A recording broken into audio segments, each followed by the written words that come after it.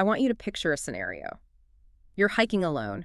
It's getting late, the woods are getting quiet, and then all of a sudden you hear that sharp snap of a twig right behind you. That's a classic heart in your throat moment. It is. And before your conscious brain even forms the word danger or bear or whatever it is, your body has already reacted. Your muscles are tense, your eyes are wide, your heart rate has just spiked. It all happened, well, instantly. We're talking milliseconds. It's faster than conscious thought. Exactly.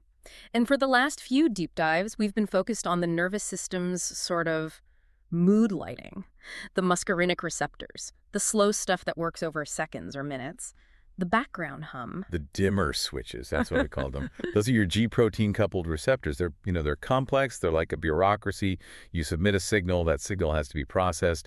It activates a whole cascade of messengers. And eventually, the cell's behavior changes. It's metabolic. It's slow. It modulates. But if there's a bear behind you or you touch a hot stove, you just don't have time for a bureaucracy. You need a wire connected directly to the explosive. That is the perfect distinction. Today, we are firing the bureaucracy. We're talking about the hardware of rapid transmission. Yeah. We are talking about the nicotinic acetylcholine receptor. This is not a dimmer switch.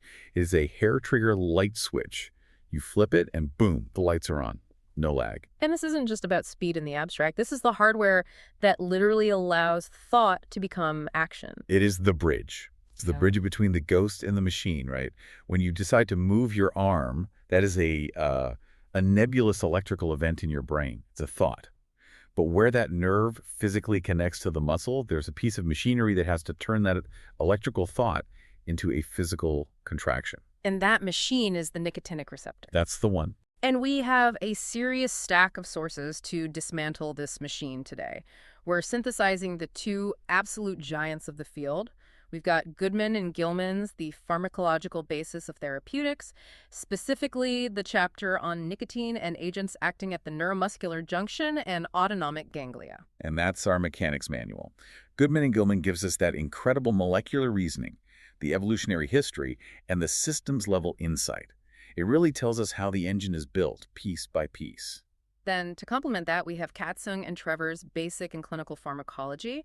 We're drawing from two chapters there, cholinereceptor blocking drugs and skeletal muscle relaxants. And Katsung provides the clinical scaffolding. It tells us how to drive the car. It's all about clarity, organization, and the practical reality of using these drugs in an operating room or an ICU. It answers this "so what" question. So the mission today is to understand these gates and the drugs that manipulate them.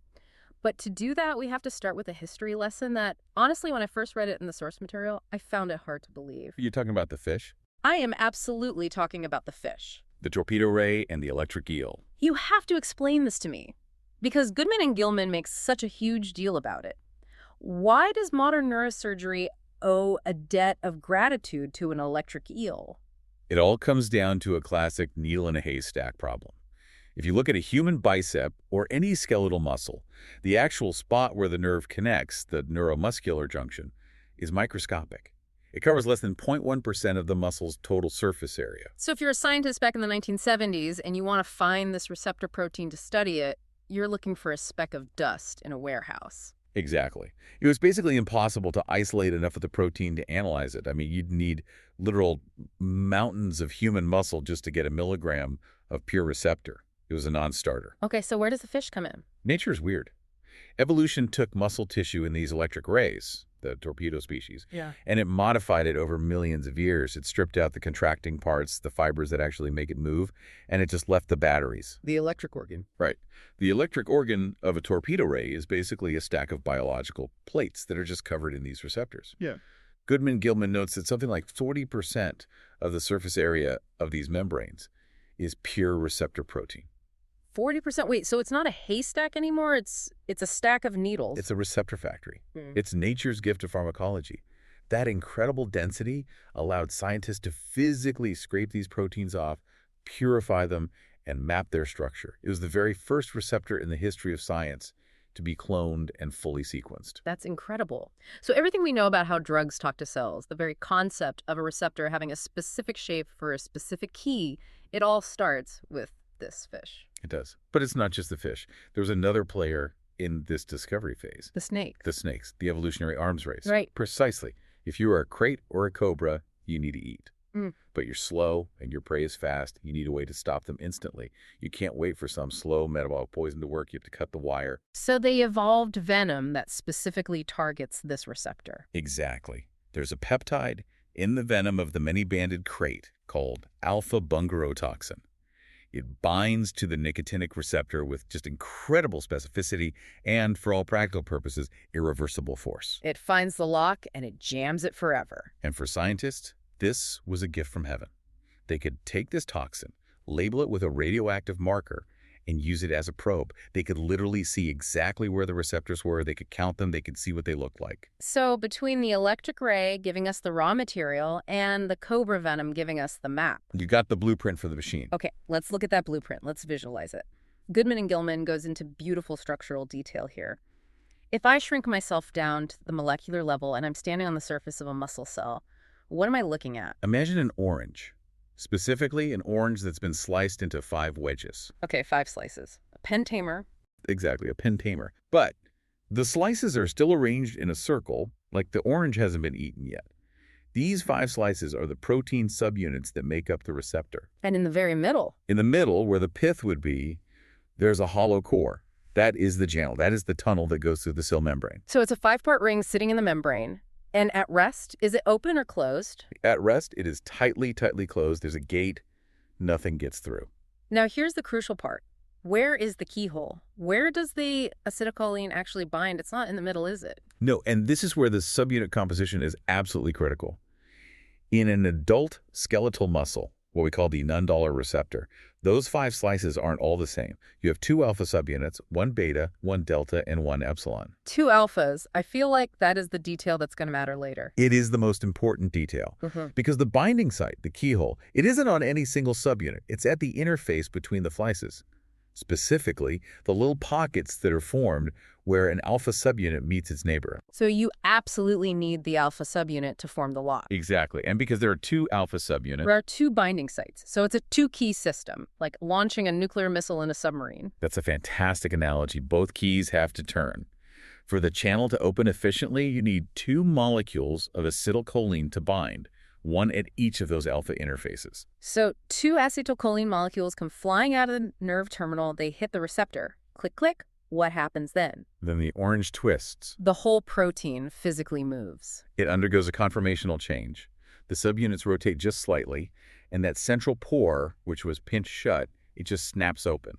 This whole process happens in microseconds. It's incredibly fast. And once it's open, what goes through? The floodgates are open for positive ions, for key actions, Which ones specifically? primarily sodium, nulon plus dols, and potassium plus dollarzone. Now, you might ask, if the door is open for both, who wins the race? I remember this from basic physiology.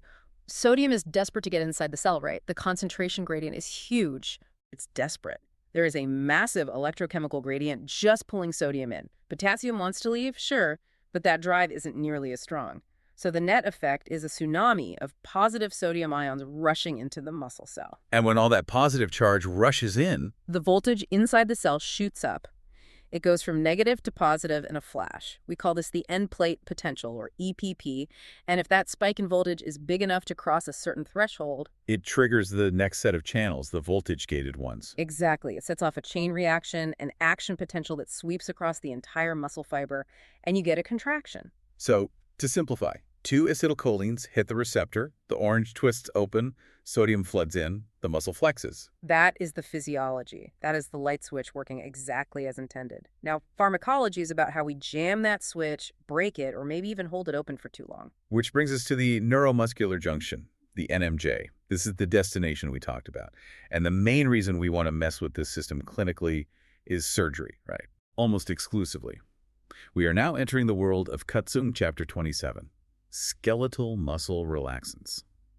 I mean, think about the challenge of major surgery. You need the patient unconscious, for one. That's anesthesia. But you also need them to be perfectly still. If a surgeon is working on a microscopic blood vessel in the abdomen, they absolutely cannot have the abdominal muscles twitching or tensing up. Right, I can see that. And even before the first incision, you have to secure the airway. You need to put a breathing tube down their throat intubation. Which, having seen it done, looks like a pretty violent assault on the body's reflexes. It is. You are shoving a plastic pipe right past the vocal cords. A conscious, or even a lightly sedated body will fight that with everything it has. The gag reflex will trigger, the vocal cords will slam shut, that's a laryngospasm. You cannot intubate a throat that is fighting you. So you need to induce what's called flaccid paralysis. You need the muscles to go completely limp. Exactly. And we have two fundamental ways to do this. We have the non-depolarizing blockers Yeah. and the depolarizing blockers. Let's start with the non-depolarizing ones. These are the modern descendants of curare. Okay, curare. This is the famous South American arrow poison. Yes. And the history here is really vital to understanding the mechanism. Indigenous tribes in the Amazon basin used extracts from this plant Chondrodendron tomentosum to hunt. They'd dip a dart or an arrow in it, shoot a monkey high up in a tree, and minutes later, the monkey would just go limp and drop. But, and this is the part that always confused me, they could then eat the monkey. They could. And that fact baffled European scientists for a very long time. How can a poison kill you if it enters your blood, but be completely harmless if you eat it? It's not absorbed from the gut. Exactly. It's a very large charged molecule. It doesn't cross the gut lining well at all. But if you inject it via an arrow, it circulates to the muscles.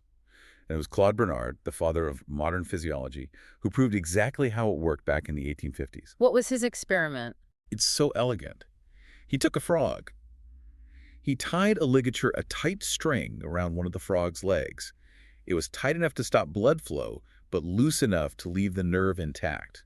So the frog has one leg with normal blood flow and one that's isolated.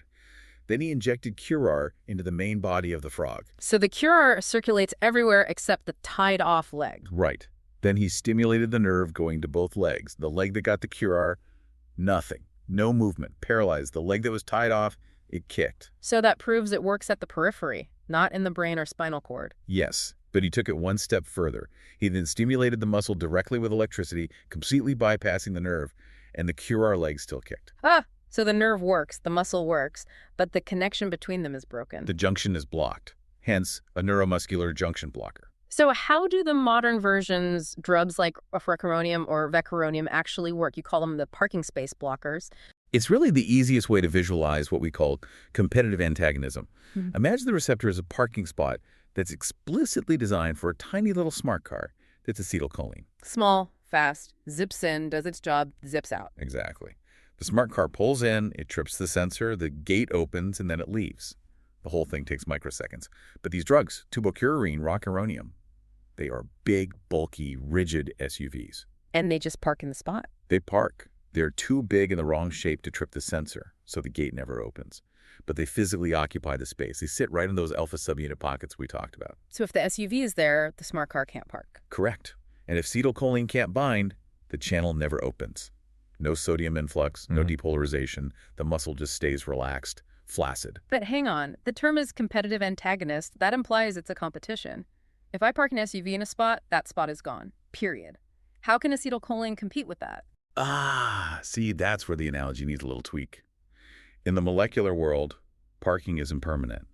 These drug molecules are constantly bouncing on and off the receptor. They might sit there for a few milliseconds, then they bounce off, and another one takes its place. So it's a dynamic equilibrium. It's about probability. It's a statistical war. It's all about numbers. If you have 1,000 molecules of the drug and only 10 molecules of acetylcholine at the junction, the drug is going to win. The spot is statistically far more likely to be occupied by the blocker. But this implies that if I can somehow summon 1,000,000 molecules of acetylcholine, Then you can win the war. You can just swarm the parking lot. Even if the drug is still floating around, the sheer number of acetylcholine molecules means that every time a drug molecule bounces off, an acetylcholine molecule is right there to steal the spot back. and that's how we wake people up at the end of surgery. That is exactly how we reverse the paralysis. We don't remove the drug. We just flood the system with the body's own neurotransmitter until the drug is statistically irrelevant. We'll talk about how we do that, how we block the cleanup crew at the end. Okay, hold that thought on reversal. I want to ask about the sequence of paralysis, because when you give these drugs, it's not like all the muscles shut down at once, is it? No, not at all. And this is vital for the anesthesiologist to understand and anticipate. There is a very predictable order. The small, rapidly moving muscles are the most sensitive. They go first. So things like the eyes. The muscles controlling eye movement, the eyelids, the muscles of the jaw, the larynx. This is actually why these drugs are so good for intubation. They relax the jaw and the throat very quickly. often before the rest of the body is fully paralyzed. Okay, what's next in the sequence? Then it moves to the limbs, the arms and legs, then the trunk and the abdominal muscles. And the very last thing to go. The diaphragm. The main breathing muscle is the most resistant to blockade. It requires the highest concentration of the drug, the highest receptor occupancy, to stop working. That feels like a very good safety feature designed by evolution. It is. And it works in reverse when the drug wears off. The diaphragm is the first muscle to regain function. So a patient might start taking small, shallow breaths on their own before they can open their eyes or squeeze your hand. That sounds terrifying. To be breathing but unable to move or signal that you're awake. It is a state called awareness under anesthesia, if they're not properly sedated with other drugs. It's an absolute nightmare scenario that we work very hard to avoid. But physiologically, it ensures that breathing is the priority function to return. Now, in Katzung, they make a point to distinguish between different chemical classes of these blockers. We have the isoquinolines and the aminosteroids. Why does a clinician care about the chemistry? Is this just for board exams? It is definitely for board exams, but it is also absolutely for patient survival. It all comes down to one word: elimination. How does the drug get out of the body? Walk me through why that's so important. Okay, in a healthy 25-year-old patient, their liver and kidneys are working perfectly. You can use almost any of these drugs and they'll be eliminated predictably. But imagine you have a patient in the ICU with multi-organ failure. Their kidneys are shutting down, their liver enzymes are through the roof. You definitely don't want to give them a drug that relies on a healthy liver or kidney to break it down. It'll just stay in their system for days. Exactly.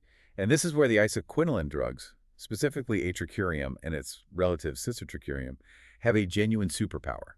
It's a concept called Hoffman elimination. Hoffman elimination. It sounds like a spy thriller plot device. It's actually just really cool chemistry. These molecules are inherently unstable in the body. They degrade spontaneously in the plasma. They don't need an enzyme. They don't need a liver. They don't need a kidney. They just break down based on the normal pH and temperature of the blood. So it has a built-in self-destruct timer. Effectively, yes. As long as the patient is warm and has a physiological pH, the drug just disappears on its own schedule. This makes it the absolute gold standard for those really sick patients with organ failure. That is incredible. A drug that's designed to fall apart. Now, contrast that with the aminosteroids rocuronium, vecuronium. These are the workhorses of modern anesthesia. They are very stable. They depend heavily on the liver for metabolism and excretion into the bile. So if my patient's liver is failing, a dose of rocuronium might last way longer than I expect. It will, and you have to account for that. But rocuronium has its own superpower: speed. It has a very, very fast onset of action. It can paralyze a patient almost as fast as succinylcholine, which has always been the king of speed. Well, speaking of the king of speed, let's pivot to the weird one, the depolarizing blocker, succinylcholine. Ah, yes, the paradox of paralysis. This is the one that always trips people up. Yeah. Mechanically, this just makes no sense at first glance. We want to paralyze the muscle. The other drugs work by blocking the lock. Succinylcholine works by opening the lock. Yes. It is an agonist. It activates the receptor. So shouldn't that cause a massive, sustained contraction? It does. Initially, succinylcholine is chemically, it's basically just two acetylcholine molecules linked together. It's flexible. It fits perfectly into the receptor sites. It turns both keys. The orange twists. The channel opens. The muscle depolarizes. So the patient actually twitches when you give it. Yes. This is called the fasciculation phase, or phase I block. You inject the drug, and about 30 to 60 seconds later, you can actually see visible twitching under the skin all over the body. It looks like a bag of worms moving under the dermis. It's a disorganized, widespread contraction of muscle fibers. That sounds incredibly painful. It is, if the patient isn't already unconscious. And it's why patients often complain of severe muscle soreness the next day. It feels like they ran a marathon they don't remember running. Okay, so we have this massive twitch, but the goal is paralysis. How does twitching turn into flaccid? It's all about endurance and the reset button. Normal acetylcholine stays in the synapse for a fraction of a millisecond. It binds, opens the channel, and then is instantly destroyed by an enzyme called acetylcholinesterase. The janitor cleans it up right away. The janitor sweeps it away immediately. Oh. This allows the channel to close and, crucially, the muscle membrane to reset its voltage, to repolarize. And resetting is that important? It is fundamental. Think about the voltage-gated sodium channels, the ones that carry the signal down the rest of the muscle fiber. They have a life cycle. They start in a closed state. When the voltage rises, they snap open, which causes the explosion of the action potential. But then, almost immediately, they snap into a third state, inactivated. Like a circuit breaker that's been popped. Exactly like that. And they cannot open again from that inactivated state. The only way to get them ready to fire again is for the breaker to be reset. And the only way to reset the breaker is for the voltage to go back down to its resting level, to repolarize. I think I see where this is going. Acetylcholine resists the janitor. Precisely. Acetylcholinesterase cannot break down acetylcholine efficiently. So the drug just sits in the receptor. It keeps the gate open. It keeps the voltage high. It holds the membrane in a depolarized state. So the voltage-gated sodium channels pop their breakers, and they can never reset. They get stuck in that inactivated state. Mm-hmm. The muscle becomes flaccid, not because it isn't being stimulated, but because the machinery required to fire a second time is jammed in the off position. That is fascinating. So it's not breaking the key off in the lock. It's more like holding the doorbell down until the transformer burns out. That is a perfect metaphor. Yeah. The muscle essentially gives up. This is phase-I block, and it's incredibly fast. Total paralysis in about 60 seconds. And you mentioned it wears off fast, too. 5 to 10 minutes, usually. Because while the synaptic janitor can't kill it, there is another different enzyme floating around the blood plasma butyrylcholinesterase, or pseudocholinesterase, that does slowly eat it up. So it's perfect for a quick emergency procedure. Like, I need to put a breathing tube in, I need 5 minutes of total silence from the muscles, then I want them breathing again. That is precisely its niche. That's the only reason we still use this drug, despite its risks. Unmatched speed of onset and offset. But my goodness, the side effects and risks are serious. Let's talk about that danger, because you're holding open an ion channel. Right. And remember the ion flux? Sodium rushes in. And potassium rushes out. Potassium plus rushes out. Now, in a healthy person, the potassium level in the blood rises just a little bit, no big deal. But imagine a patient with a massive trauma or severe burns or a crush injury. Their muscles are already damaged and leaky. They're leaky. And there's a strange physiological adaptation that happens. In burn patients, the body creates extra nicotinic receptors all over the muscle surface, not just at the tiny junction anymore. So you have millions and millions of extra doors for potassium to leak out of. If you give acetylcholine to that patient, you open all those doors at once. The potassium efflux is massive. It hits the bloodstream, goes straight to the heart, and it disrupts the electrical rhythm. Cardiac arrest. Instant hyperkalemic cardiac arrest. It is a known killer. It's an absolute contraindication. You never, ever give acetylcholine to a burn patient or a crush injury patient who is a few days out from their injury. And then there's a genetic angle, the sleeping beauty problem, as some call it. This is a classic board exam question. Some people have a genetic mutation in that plasma enzyme, the butyrylcholinesterase. The one that's supposed to clear the drug in 5 minutes? Right. They have what's called an atypical enzyme. It just doesn't work well. So you give them a standard dose, expecting them to wake up and start breathing in 5 to 10 minutes. But the drug doesn't disappear. It just keeps circulating and circulating. So they stay paralyzed. Like flowers. And there's nothing you can do about it. Nothing. You just have to keep them on a ventilator, keep them sedated so they don't experience the horror of being awake and paralyzed, and you wait. Eventually, hours later, the drug will diffuse away or be slowly metabolized by other means, but it turns a 5-minute procedure into a 4-hour ICU stay. That is a very, very scary surprise for an anesthesiologist. It is. But that's the trade-off. We tolerate these significant risks because nothing else is quite as fast or as short-acting. Okay, that's a deep dive into the neuromuscular junction, the destination. Now I want to back the train up to the crossroads. Let's talk about the autonomic ganglia. Right. This is where things get really interesting for systems physiology. And it's an area where Goodman and Gilman really shines in its detail. So just to orient everyone listening, the ganglia are the relay stations, right? They are. The autonomic nervous system has its two main arms. The sympathetic, fight or flight, and the parasympathetic, rest and digest. For both of these systems, a nerve comes out from the spinal cord and goes to a relay station, a ganglion. From there, a second nerve goes out to the target organ, like the heart or the gut. And the neurotransmitter at that relay station for both systems is acetylcholine. Correct. And the receptor it acts on is a nicotinic receptor. Okay, wait. If both the fight or flight system and the rest and digest system use the exact same neurotransmitter and the same type of receptor at their main relay station, how on earth do we target them separately? At the ganglion, we don't.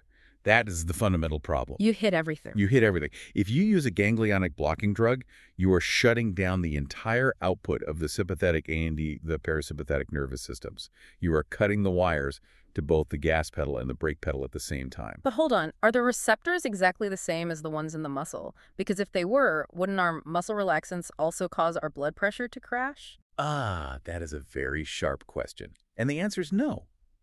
They are slightly different. This is the neuronal or nundollar type of nicotinic receptor. It has a different subunit composition. It usually has alpha-3 and beta-4 subunits, whereas the muscle one we discussed was built from alpha-1, beta, delta, and epsilon. And does that slight difference in building blocks actually matter? It matters immensely for the chemistry of the drugs. And this leads to one of the most elegant discoveries in all of pharmacology, the classic C6 versus C10 story. I love this because it's so simple. It's like a molecular ruler. It is. Researchers in the mid-20th century were playing with these molecules. They found that the distance between the two binding sites is different in the ganglionic receptor versus the muscle receptor.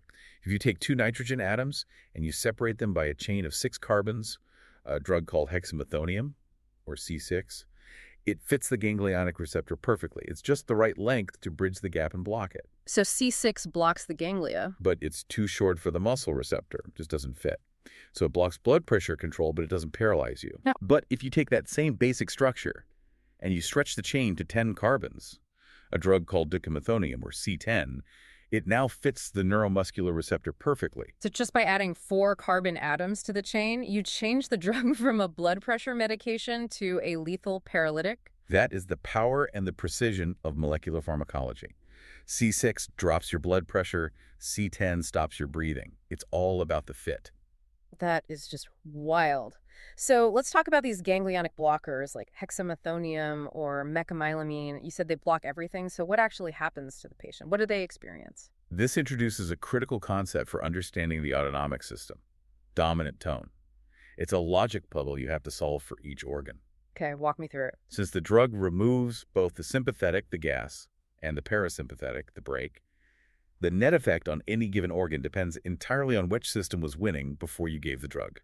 You're revealing the underlying tone. Okay, let's play this out. I want to test this logic. Let's start with the heart. Okay. The heart. You have a sympathetic nerve trying to speed it up, and a parasympathetic nerve, the vagus nerve, trying to slow it down. Who is winning right now as you're sitting here calmly? Well, my resting heart rate is maybe 60 or 70, but I know the natural pacemaker of the heart, the SA node, wants to beat faster than that, right? Closer to 100. It does. The intrinsic rate of the SA node is about 100 beats per minute. So at rest, your vagus nerve is constantly pressing on the brake. So the parasympathetic system has dominant tone over the heart. Correct. So now I give you a ganglionic blocker. I cut the wire to the brake. What happens to your heart rate? It jumps up. Tachycardia. Exactly. Even though I also blocked the accelerator nerve, it doesn't matter because the brake was the one doing all the work at rest. Okay, that makes sense. Let's try another one. What about the arterioles, the resistance vessels that control blood pressure? This is a great one. Do your arteries have a relaxed nerve from the parasympathetic system? I actually don't think so. I think they just get sympathetic input to squeeze them. You're right. The vascular system is almost entirely controlled by sympathetic squeeze.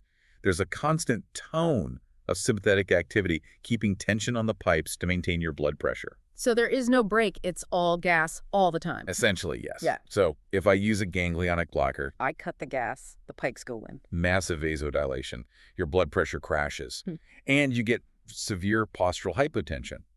If you try to stand up, gravity just pulls all the blood down into your legs because your body can't reflexively tighten the leg vessels to compensate. You'd faint. So if I take this drug, my heart is racing, but my blood pressure is in the tank. And your pupils are dilated because the parasympathetic system normally constricts them. Mm-hmm. You can't focus your eyes. You can't pee because of urinary retention. Your mouth is dry as sand. You're constipated. I can see why we stopped using these drugs. This sounds absolutely miserable. It is what we call sledgehammer pharmacology. It's fascinating as a teaching tool. And we actually used these drugs for severe hypertension back in the 1950s because we had nothing else. But the side effects were so broad and so difficult to manage that they're essentially obsolete now. Is there any clinical use for them at all today? Extremely rarely.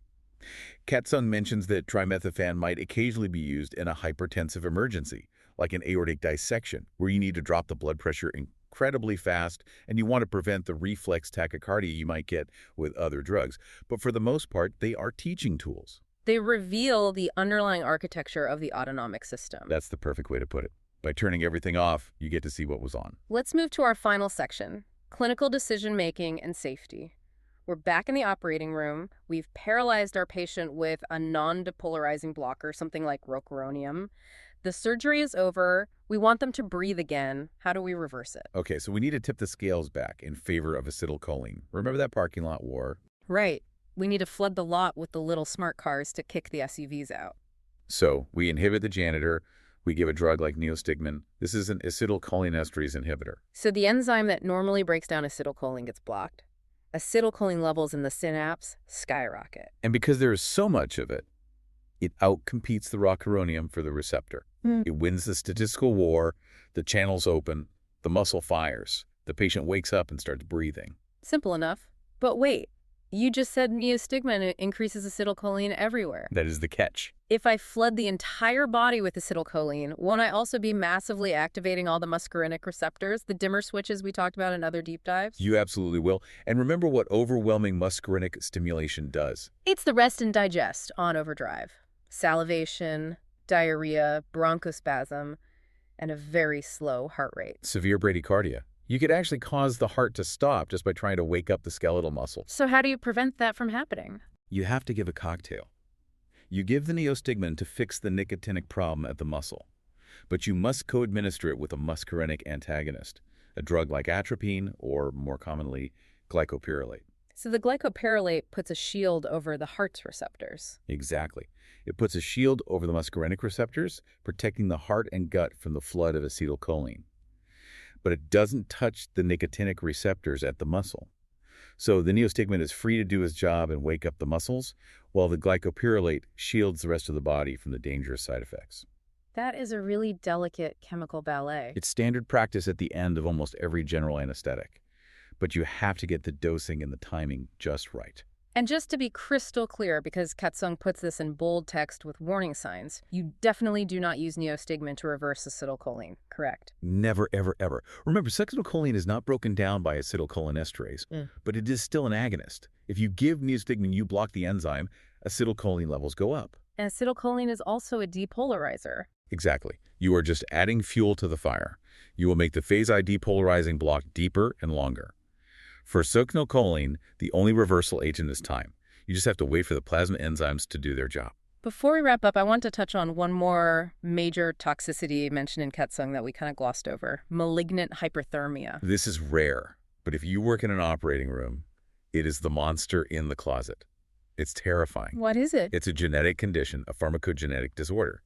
In people who have this susceptibility, the combination of acetylcholine and a volatile gas anesthetic, like sevoflurane, can trigger an uncontrolled metabolic storm. A storm inside the muscle cells. Yes.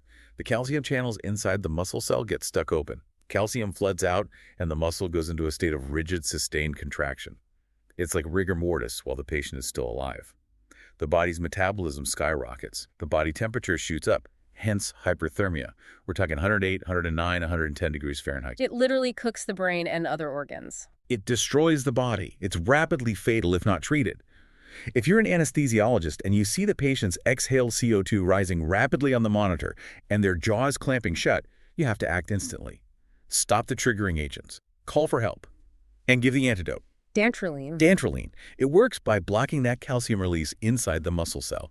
It's the only specific antidote. Every single operating room in the developed world has a malignant hyperthermia cart with a big box of dantrolene ready to go at a moment's notice. It's amazing to think that something as routine as anesthesia walks such a fine line between control and catastrophe. It really does. It's applied physiology at its most intense. Okay, let's synthesize this. We've covered a massive amount of ground.